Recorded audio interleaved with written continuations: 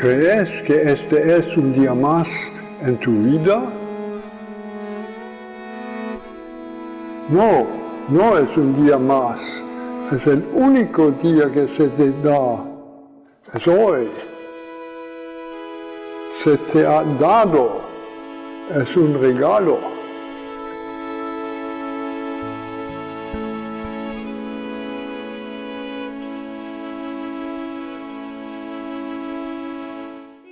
Yo llamo a esto la comunicación positiva y eficaz, a una herramienta, una serie de herramientas extraordinarias que han surgido con muchísima más fuerza desde que las neurociencias avalan la idea que intuíamos, pero no teníamos certeza, de que todos, absolutamente todos los seres humanos podemos cambiar. Hasta el último aliento, no importa nuestra edad, no importa nuestra historia, y no quiero decir con eso que no importe en el sentido de que no interese, sino que más allá de nuestra historia, no estamos determinados. Nuestra historia nos condiciona, pero no nos determina. Y el marco en el que vamos a hablar sobre esto es el marco de esta libertad interna que todos los seres humanos tenemos y que el doctor Viktor Frankl, fundador de la logoterapia y un psiquiatra que estuvo en el campo de concentración de Auschwitz, sobrevivió y escribió, entre muchísimos otros textos interesantísimos, este libro que se llama El hombre en busca de sentido, donde él, basado en la experiencia propia y en lo que vio, en aquellas escenas de las que fue testigo, define a la libertad como aquel reducto irrenunciable, ¿no?, del ser humano, y que nadie ni nada nos puede quitar. Aún privados de la libertad externa, y en una situación extrema de privación de la libertad externa como es la que él vivió, aún así los seres humanos tenemos la opción de elegir quiénes queremos ser, qué actitudes, qué conductas nos acercan a la persona que queremos ser y cuáles nos alejan. Entonces, chequeando cuáles son mis valores, cuáles son mis metas, y si mis acciones comprometidas van en esa línea, lo que voy a estar haciendo es evaluar la eficacia. Porque la eficacia de mis acciones tiene que ver, según el marco de la ACT, de la terapia de aceptación y compromiso, con estar alineado o alineada con mis metas y valores. ¿Se entiende hasta acá? Esa es la definición de eficacia que vamos a estar usando. Pero les voy a ir nombrando algunas herramientas muy importantes de la comunicación positiva y eficaz. Primero, preparar el corazón. Entonces, preparar el corazón significa dedicarle un tiempo, ¿no?, a pensar en esta conversación que voy a tener con esta persona, elegir el lugar, elegir el momento, ahora que estamos en etapa de virtualidad, ver cuáles son los mejores canales, ¿no? ¿Qué es rápido? ¿Qué es lento? ¿Qué es inteligente? ¿Qué es bueno? Definir y redefinir los conceptos, clarificarlos en las conversaciones importantes sobre todo, para saber qué estamos diciendo cuando hablamos y qué es lo que queremos que entienda el otro. Porque ya vamos a hablar del contexto de obviedad, no siempre lo que es obvio para nosotros es obvio para los demás. Entonces, le hacemos un enorme servicio a la comunicación eficaz y a nosotros mismos cuando clarificamos las palabras, ¿no? Y cuando yo todo lo que les voy diciendo es para que ustedes primero lo registren en ustedes mismos, después lo ponen en juego en sus vínculos y en sus trabajos. Pero primero es para chequear uno, ¿no? ¿Qué estoy diciendo? ¿Cuáles son las palabras que elijo? Porque como las palabras tienen un poder inmenso para crear realidades nuevas o para modificar la realidad, entonces preguntarnos una y otra vez, ¿qué estamos creando con esta palabra que usamos? Cuando hablamos con otra persona, ¿estamos abiertos a la sorpresa, a las novedades que esa persona puede traer? Y por lo tanto, ¿estamos disponibles para el asombro que esas sorpresas nos generen? Y si nos generan asombro, en el buen sentido, si nos sorprenden para bien, ¿estamos dispuestos a agradecer, a ser agradecidos para completar este circuito que propone David Steindl-Rast, ¿no? Sorpresa, asombro y gratitud. O, por el contrario, como también nos puede pasar porque somos todos humanos, estamos tan acostumbrados a estar con esa persona, nuestra pareja, nuestros hijos, nuestro jefe, nuestros empleados, nuestros compañeros de trabajo, nuestros amigos, los conocemos hace tantísimos años que ya los adivinamos, entre comillas, ¿no? Y no los dejamos cambiar. no les permitimos cambiar algo, modificar algo frente a nosotros, porque ya estamos teñidos de un prejuicio que es anquilosante, de un prejuicio que es rigidizante. Entonces el otro, por más que despliegue sus novedades y lo haga de todas las formas histriónicas que se les puedan ocurrir, si nosotros ya estamos teñidos de esa certeza de que a esta persona la conozco de memoria y no tiene nada nuevo para decirme, ni para mostrarme, ni para contarme, bueno, difícilmente esa persona pueda hacerlo frente a mí, porque mi mirada, y por lo tanto también mi escucha, ya se cerró.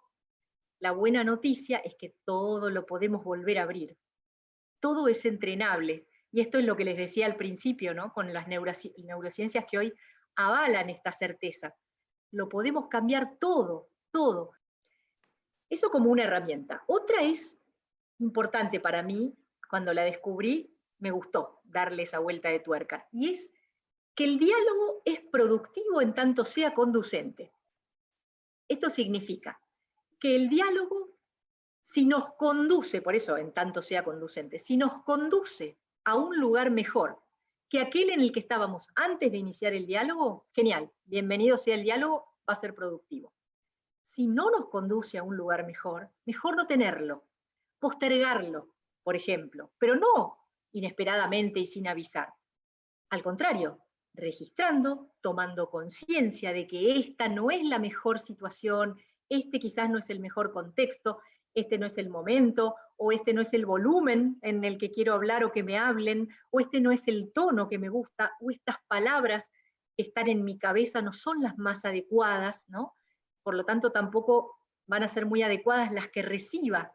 Entonces, chequear esto, que tiene que ver con lo que les decía antes, de preparar el corazón, que significa preparar la conversación, y es anticipar, hacerme esta pregunta, este diálogo, así como lo voy a tener, ¿va a ser productivo? Es decir, primero me pregunto, ¿va a ser conducente? ¿Me va a conducir a un lugar mejor o no?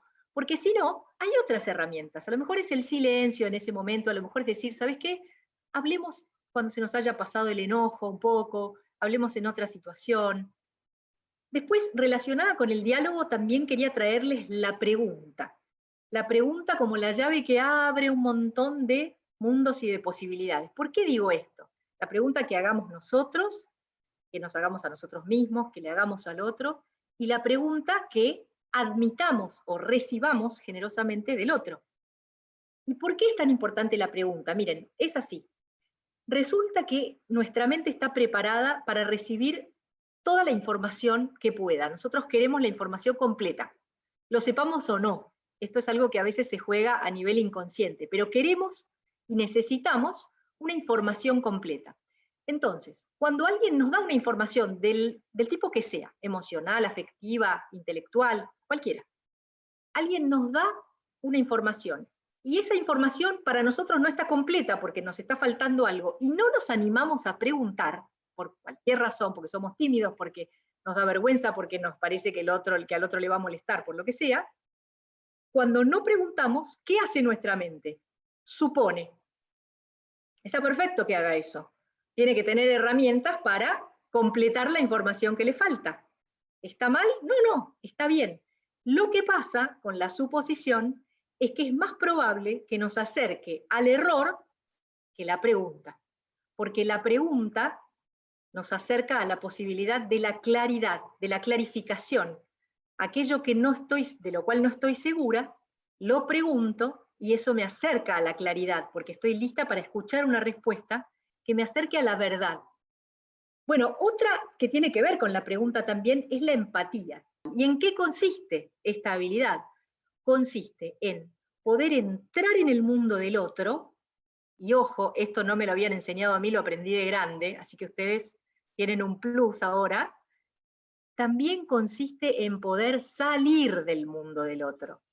El círculo de la empatía, el circuito, se completa cuando yo puedo entrar respetuosamente en el mundo del otro para ver el mundo tal cual lo ve esa persona, ¿no? Para escuchar con atención lo que me dice y tratar de percibir el mundo como él o ella lo percibe, con emociones, con pensamientos, con opiniones, con lo que me quiera compartir esa otra persona, y después salir del mundo de esa persona, con el mismo respeto y con el mismo,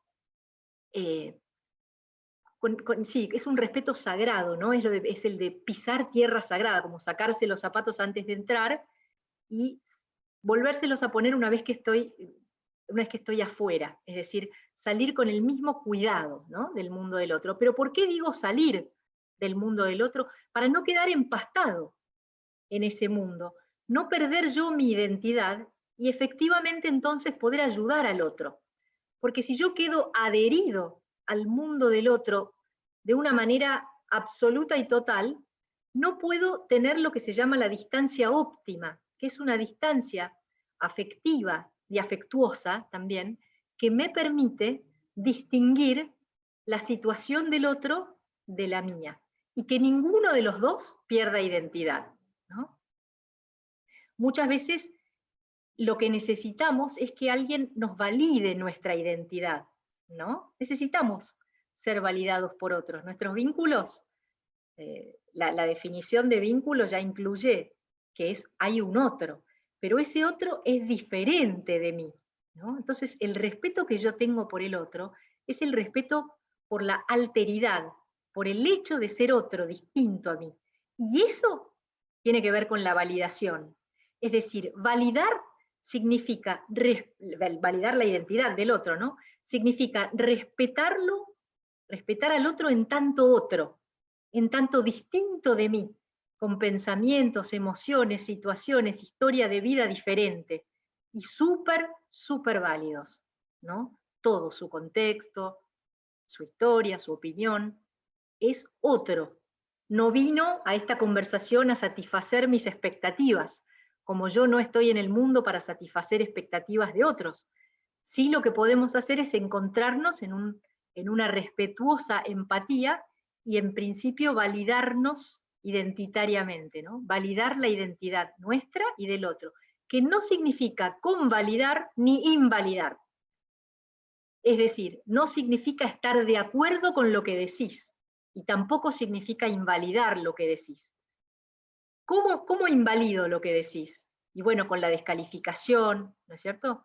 Siempre el hablar en primera persona ayuda un montón y abre el diálogo. Si yo puedo decir, lo que hiciste me generó dudas, me generó incertidumbre, ansiedad, angustia, enojo, ¿no?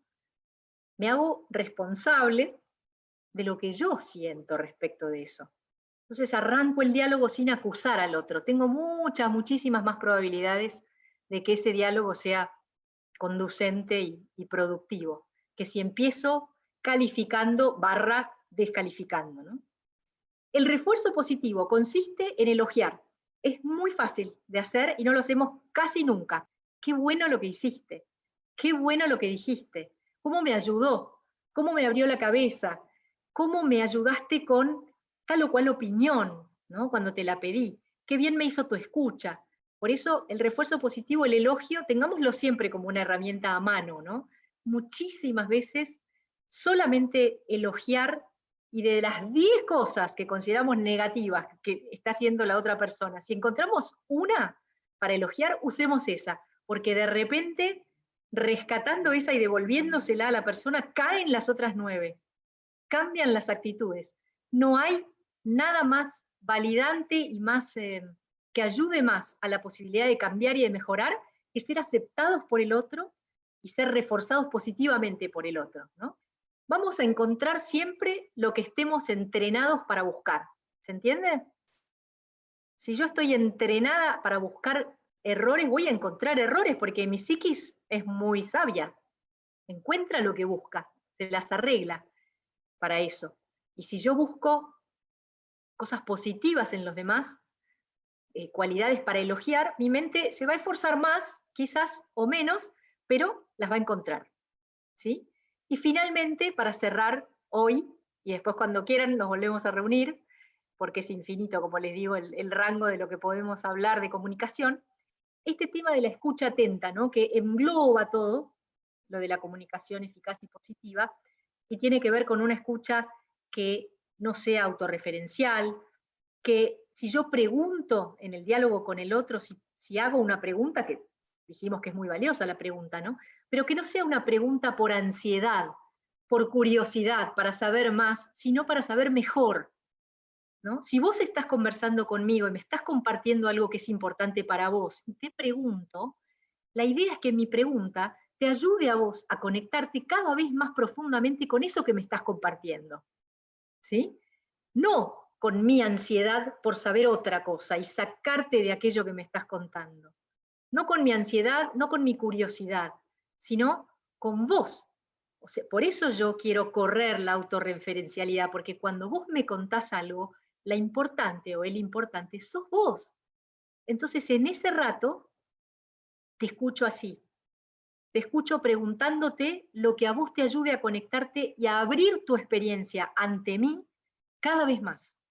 Y yo cada vez más amplío esa escucha y ese respeto sagrado por lo que me decís. Para sostener la confianza es muy importante poder decir, esto hoy no lo sé, pero en cuanto lo sepa, ustedes, padres, van a ser los primeros en saberlo. Prefiero no responder con algo que no es real y que después va a traer, ¿no?, los coletazos propios del otro, del interlocutor que se siente defraudado en la confianza por algo que yo dije, cuando en realidad lo mejor en ese momento era decir, no lo sé, pero, siempre es no lo sé, sin embargo lo voy a averiguar, sin embargo en cuanto lo sepa te lo voy a decir. Lo que nosotros podemos hacer siempre es elegir cantidad y calidad de información, ¿no? ¿Qué consumimos?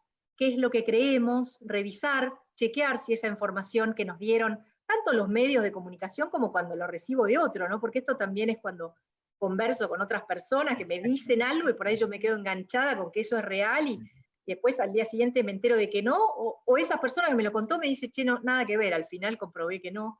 Entonces, también, así como cuidamos el alimento, ¿no?, que incorporamos, o por lo menos intentamos hacer eso, ¿no?, cuidar qué es lo que introducimos en nuestro organismo, porque hay cosas tóxicas y cosas saludables, lo mismo que bueno, cuando cuidamos el medio ambiente y demás, también tenemos que cuidar nuestro ejercicio de la libertad, ¿no? Cuidarlo mucho, de elegir.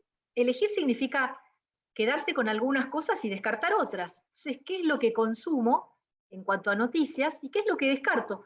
Descarto no quiere decir que me peleo con eso, sino que simplemente voy a poner un límite, ¿no?, de cuánto escucho en la radio, de cuánto veo en televisión, los noticieros, o sea, cuánto de esto me sirve y cuánto está invadiendo mi intimidad, mis relaciones familiares, mi conexión conmigo misma y con el mundo. Y así yo pienso que la forma de generar confianza es con todo lo que es sostenido, ¿no?, que es la congruencia en el fondo, la coherencia que da confianza. La actitud sostenida y el deseo sostenido de escuchar y la acción concreta de abrir ese espacio una y otra vez. Eso genera confianza. Mi gratitud hacia ustedes por haberme invitado y por el interés con que participaron y decirles que estoy a disposición para cualquier consulta.